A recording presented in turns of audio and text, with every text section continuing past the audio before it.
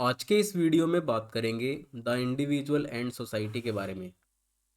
आज से हम स्टार्ट कर रहे हैं अपनी यूनिट 3 या आप कह सकते हो इसको सेक्शन 3। और सेक्शन 3 हमारा है रेस के ऊपर।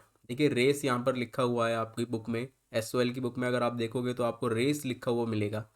तो रेस का मतलब यहाँ पर दौड़ से नहीं है, रेस का मतलब यहाँ पर कास्ट से है, जाति से है, नस्लीय भेदभाव से है। तो आप इसको इस तरीके से समझे। चैप्टर 13 से हमारा यूनिट 3 स्टार्ट हो जाता है। चैप्टर 13 है आज, और चैप्टर 13 हमारा है ब्लैकआउट, जिसको लिखा है रोजर मेस ने। आइए इस चैप्टर को डिटेल से पढ़ते हैं। इंस्टा पे आप मुझे फॉलो कर सकते हो। यदि आपकी कोई क्वेरी है या आपका कोई क्वेश्चन है तो यहाँ पर आप मुझसे पूछ सकते हो। यूज़र नेम आपके सामने है। टेलीग्राम पे जाके आप ग्रुप ज्वाइन कर लीजिए। @एकलव्य स्नातक 1 जाकर आप सर्च कीजिए और आप इस ग्रुप को ज़रूर ज्वाइन करें। यहाँ पर आपको वीडियो की नोटिफिकेशन मिल जाती है, प्लस आपको हमारे नोट्स भी अब आपको अवेलेबल हो जाएंगे यहाँ पर। तो आप यहाँ पर नोट्स भी पढ़ सकते हैं हमारी वेबसाइट से। तो चलिए स्टार्ट करते हैं। सबसे पहले जान लेते हैं रोजर मेस कौन थे। रोजर मेस एक कैरिबियन लेखक थे, जिनका जन्म हुआ था एक मध्यम वर्गीय परिवार में 1905 में जमैका में। जमैका कहाँ है? जमैका है वेस्ट इंडीज़ का एक शहर है जमैका, जो कि अमेरिकन कॉन्टिनेंट के अंदर पड़ता है। He became a writer for the weekly newspaper. और ये लिखते थे, किसके लिए लिखते थे? वीकली न्यूज़पेपर के लिए लिखते थे, जिसका नाम था पब्लिक ओपिनियन। पब्लिक ओपिनियन नाम का एक साप्ताहिक पत्रिका थी जिसके लिए लिखते थे ये, जो कि जुड़ा हुआ था people's nationalist movement. People nationalist movement के साथ वो जुड़ा हुआ था जमैका के। तो आपको ध्यान रखना है वो किसके लिए लिखते थे। जो कि वीकली न्यूज़पेपर था पब्लिक ओपिनियन, जो people's nationalist movement in Jamaica, इसके साथ वो जुड़ा हुआ था। एक बार क्या हुआ था, इन्होंने एक एंटी ब्रिटिश कॉलम लिख दिया था, यानी एंटी ब्रिटिश के नाम से इन्होंने एक आर्टिकल लिख दिया था, जिसका नाम था now we know. Now we know. इसकी वजह से इनको जेल हो गई थी। इनके जेल काट कर आए थे, इसकी वजह से चार्जेस इनके ऊपर लगा दिए गए थे। ठीक है, तो आप इस चीज़ को ज़रूर ध्यान रखें, ये मेन चीज़ है जिसकी वजह से इनको जेल हो गई थी। उसके बाद जेल में रहकर इन्होंने लगातार अपने जो आर्टिकल थे वो पब्लिश किए, लोगों को जागरूक किया। इस प्रकार से समाज में जो भेदभाव फैला हुआ था उसके बारे में इन्होंने लोगों को बताया। देखिए ये जो सेक्शन है जो हम पढ़ने जा रहे हैं, जो सेक्शन हमारा रेस के ऊपर है, यानी जातिगत भेदभाव के ऊपर या नस्लीय भेदभाव के ऊपर है, जो कि हमारा इस चैप्टर से स्टार्ट हो रहा है। जो लेखक हमारे रोजर मेस हैं, इनकी फर्स्ट स्टोरी के साथ ये चैप्टर जो सेक्शन जो है वो स्टार्ट हो रहा है। ये जो स्टोरी है, जो कहानी है, ये स्टार्ट है कहाँ से? देखिए उस समय, उस दौर से स्टार्ट है जब वर्ल्ड वार सेकंड छिड़ा हुआ था। वर्ल्ड वार सेकंड के दौरान इस कहानी को लिखा गया था। तो किस प्रकार से वर्ल्ड वार सेकंड के दौरान जो है जेंडर डिस्क्रिमिनेशन या जाति गत भेदभाव समाज के अंदर पावरफुल तरीके से फैला हुआ था। या कह सकते हो कि आप मेनली अगर मैं आपको बताऊं तो जो अमेरिकन कॉन्टिनेंट था उसके अंदर जो जातिगत भेदभाव था वो था श्वेत और अश्वेत का भेदभाव, यानी गोरे और काले रंग के लोगों के अंदर का भेदभाव था। वहाँ पर कुछ ऐसे अमेरिकन कॉन्टिनेंट के कुछ लोग ऐसे थे जो काले रंग के थे, और कुछ लोग ऐसे थे जो गोरे रंग के थे। तो इन दोनों के बीच नस्लीय भेदभाव की हीनता जो है वो पैदा हो गई थी वहाँ पर। तो जिस प्रकार से जो वो समाज के अंदर फैला हुआ था और समाज के लोगों को वो नुकसान पहुंचा रहा था। तो मेन जो स्टोरी है वो इसी के ऊपर है कि जब जो ये काले और गोरे का भेदभाव वहाँ पर फैला हुआ था तो किस प्रकार लोगों का जीवन उस समय था। ब्लैकआउट हमारी जो स्टोरी है उसको चलिए स्टार्ट करते हैं। ये स्टोरी जो ब्लैकआउट है ये वेस्ट इंडियन आइसलैंड की है। कब की है? During the second world war, यानी जब सेकेंड वर्ल्ड वार चल रहा था तब की ये स्टोरी है। होता क्या है, एक काला वेस्ट इंडियन मैन होता है, ठीक है, एक ब्लैक मैन होता है जो वेस्ट इंडियन का होता है, और एक अमेरिकन गर्ल होती है, एक अमेरिकन लड़की होती है। It was the era of segregation with separate school buses restaurant for black and white. और ये उस समय की कहानी है जब क्या हो रहा था कि सभी जो गोरे और काले लोग थे उनके लिए अलग अलग बसेस थी, उनके स्कूल्स अलग थे, उनके रेस्टोरेंट अलग थे, और उनका मतलब बिल्कुल ही सेपरेटिज्म था। वहाँ पर ब्लैक लोग थे, वो अलग तरीके से रहते थे, और वाइट लोग थे वो अलग तरीके से रहते थे। जहाँ पर ब्लैक लोग जाते थे, खाते थे, वहाँ पर वाइट लोग नहीं जाते थे। मतलब वो एक दूसरे से उनका मिलना-जुलना, बातें करना एक तरीके से परहेज था उन्हें। तो इनके बीच क्या था, नस्लीय भेदभाव था। तो उस समय की ये कहानी है। तो एक ब्लैक मैन होता है और एक अमेरिकन लड़की होती है।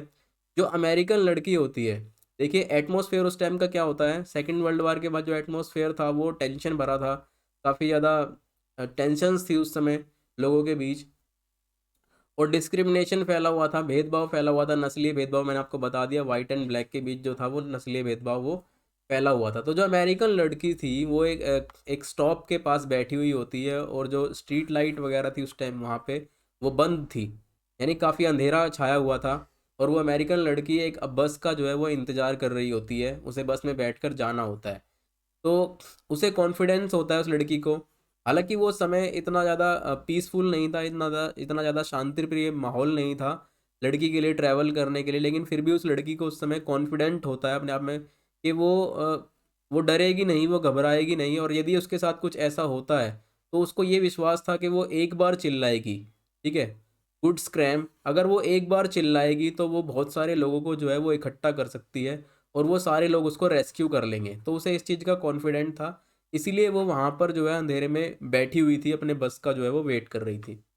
तो अचानक क्या होता है, एक काली छाया जो है उसका उसके उसके पास आ रही होती है, उसके निकट आ रही होती है।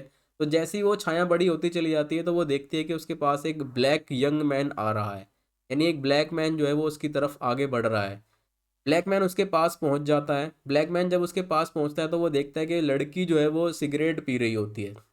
तो वो ब्लैक मैन उससे पूछता है कि क्या आपके पास मैच बॉक्स है? मुझे भी सिगरेट पीनी है। क्या आपके पास लाइटर या मैच बॉक्स है, जिससे कि मैं अपनी सिगरेट जला सकूँ, मैं भी सिगरेट पी सकूँ? तो लड़की बहुत देर तक चुप रहती है, कुछ जवाब नहीं देती है। तो जो ब्लैक मैन होता है वो उसको काफ़ी घूर के देखने लग जाता है। काफ़ी देर तक वो इंतज़ार करता है कि लड़की कुछ जवाब देगी, लेकिन वो जवाब नहीं देती। पर बहुत देर तक घूरने के बाद क्या होता है, लड़की उसको जवाब देती है। देखिए वो जो ब्लैक मैन था वो ऑब्ज़र्व भी कर रहा था कि लड़की जो है वो स्मोक कर रही है। तो वो स्मोक कर रही थी, तो इसी से वो अंदाज़ा लगा लेता है कि ये शायद मुझे मैच बॉक्स या लाइटर दे सकती है। तो काफ़ी घूरने के बाद लड़की उसे जवाब देती है कि देखिए मेरे पास मैच बॉक्स नहीं है, मेरे पास कोई मैच बॉक्स नहीं है, कोई लाइटर नहीं है। तो इतना कहने के बाद वो चुप हो जाती है। उसके बाद वो उसे दोबारा से घूरने लग जाता है। तो लड़की क्या करती है, उसे बोलती है, देखिए ना मेरे पास मैच बॉक्स है, ना मेरे पास लाइटर है, लेकिन आप मेरी सिगरेट में से आप अपनी सिगरेट को जला सकते हैं। तो उसको वो ये इजाज़त दे देती है कि आप मेरी सिगरेट में से अपनी सिगरेट को जला लीजिए और फिर पी लीजिए। तो वो ब्लैक मैन क्या करता है, उसकी सिगरेट में से वो अपनी सिगरेट जो है वो जला लेता है। लेकिन सिगरेट जलाने के बाद क्या होता है, जो लड़की होती है उसका जो फेस होता है वो एंजाइटी भरा होता है, टेंशन भरा हुआ होता है, क्योंकि एक ब्लैक मैन उससे रिएक्ट हुआ है, प्रतिक्रिया हुई है ब्लैक मैन के साथ एक, तो उसको काफ़ी ज़्यादा डर सा लगने लग जाता है, या ये कह सकते हो कि उसे एक एंजाइटी हो जाती है। ठीक है? क्यों हो जाती है, क्योंकि उस समय समाज में क्या था, ब्लैक और काले के बीच बहुत ज़्यादा डिस्क्रिमिनेशन उस समय पे फैला हुआ था। जो श्वेत लोग थे, यानी जो गोरे लोग थे, वो काले लोगों से बिल्कुल दूर रहते थे, अलग रहते थे, उनसे बात नहीं करते थे, और काले लोगों के लिए गोरे लोगों के मन में अलग धारणाएं बनी हुई थी। तो इस प्रकार से वो लड़की जो है वो टेंशन में वो आ जाती है, वो अमेरिकन गर्ल टेंशन में आ जाती है। तो उसके बाद वो लड़की क्या करती है, देखिए सिगरेट जलाने के बाद वो लड़की उस सिगरेट को फिर दोबारा अपने होठों से नहीं लगाती, यानी वो सिगरेट को नहीं पीती है, और वो लड़की उस सिगरेट को जो है फेंक देती है। उस सिगरेट को फेंक देती है, पूरी सिगरेट जो है वो खराब कर देती है। अब ब्लैक मैन ये सब देख रहा होता है, वो सोचता है कि इन्होंने मेरी वजह से पूरी सिगरेट अपनी बेकार कर दी, ऐसा क्यों है? तो काफ़ी देर तक वो सोचता है, और उसके बाद वो ब्लैक मैन उसको उनको बताता है कि देखिए आप घबराइए मत, ये अमेरिका नहीं है जहाँ पर काले और गोरे का भेदभाव चलता है। वो उसको बताता है लड़की को कि आप बिल्कुल ना घबराइए, यहाँ पर काले और गोरे का कोई भेदभाव नहीं है, यहाँ नस्लीय भेदभाव से परहेज है, हम सभी एक है, और हम सभी को एक मिलकर हम यहाँ पर सभी एक इंसान है, इंसान के तरीके से रहते हैं। वो उस अमेरिकन लड़की को बताता है, और आपको कोई ज़रूरत नहीं है कि आप इस चीज़ से कोई नर्वस हो, या आप इसकी वजह से बिल्कुल भी घबराएं। तो वो अमेरिकन लड़की को ये चीज़ बताता है।